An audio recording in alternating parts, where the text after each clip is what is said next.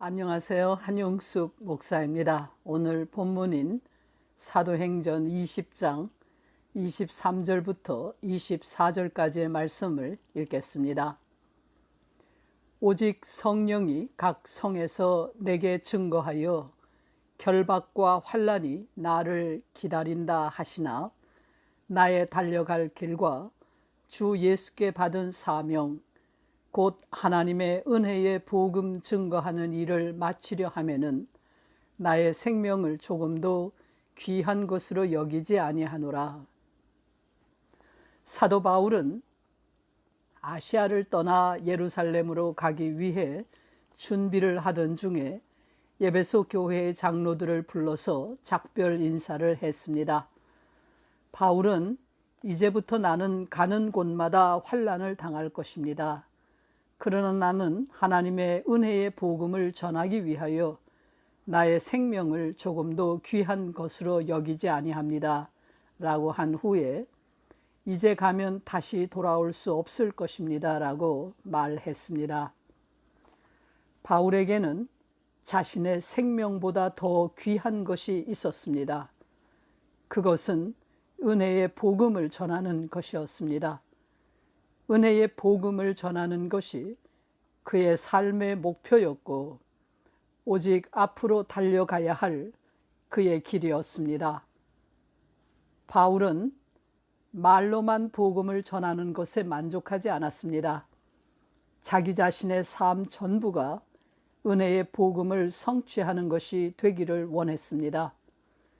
그는 자신의 몸이 하나님이 거하시는 거룩한 성전이 되기를 원했고 자신의 삶이 향기로운 산 제물로 바쳐지기를 원했습니다.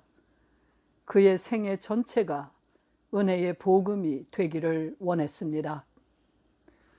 복음으로 사는 일과 복음을 전하는 일은 바울에게 있어서 언제나 하나였습니다. 그는 말로는 복음을 전하지만 생활은 복음에서 떨어진 것이 될까 두려워하며 늘 조심했습니다. 그가 전한 복음의 내용은 그의 삶에서 체험되어진 것들이었습니다. 바울의 서신들이 고백문의 형태를 취하고 있다는 것이 그 증거입니다. 참된 신앙인은 바로 이런 사람입니다. 자신의 말과 생활이 진실하게 결합되어 있습니다. 신앙인은 사람들 앞에 인정받거나 사람들에게 칭찬받는 것이 목적이 아니라 하나님 앞에 인정받고 하나님께 칭찬받기를 원합니다. 신앙인에게 있어서 가장 큰 관심사는 어떻게 하면 하나님께 인정을 받을 수 있겠는가 하는 것입니다. 그러나 아무리 그 행동이 올바르고 모범적이어도 인간의 속마음을 알고 계신 하나님 앞에서 옳다고 인정받을 수 있는 사람은 없습니다. 생각이 여기에 미치면 양심이 있는 사람은 자신이 죄인임을 고백할 수밖에 없습니다. 예민한 양심을 가진 사람일수록 바르게 살려고 노력하는 사람일수록 죄의 문제로 괴로워할 수밖에 없습니다. 바울은 윤리적으로나 종교적으로 완벽했던 사람입니다.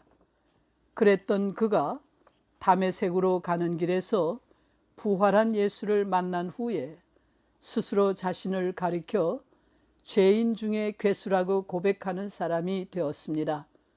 그가 무슨 악한 죄를 지었기 때문이 아니라 하나님을 모르는 사람이었음을 깨달았기 때문입니다. 그는 하나님의 은혜 없이 자기 혼자의 힘으로 의로워질 수 있는 줄 알았었고 율법의 행위로 하나님 앞에서 의인으로 인정받을 수 있는 줄 알았었습니다. 예수를 만나기 전까지 바울은 하나님을 몰랐던 것입니다. 그는 누구보다 하나님을 잘 안다고 생각했었지만 실상은 죄인을 위해서 외아들을 아끼지 않으신 하나님의 사랑과 은혜를 몰랐었습니다. 그는 하나님을 나타내 보여주신 예수를 전하는 사람들을 멸종시키려고 했던 자신이 교만한 죄인인 줄을 깨달았습니다. 이 깨달음이 바울의 인생을 바꾸어 놓았습니다. 예수를 만난 후에 바울은 이 복음을 전하기 위하여 자신의 생명조차 귀한 것으로 여기지 않는다고 고백하는 위대한 사도가 되었습니다. 기도하겠습니다.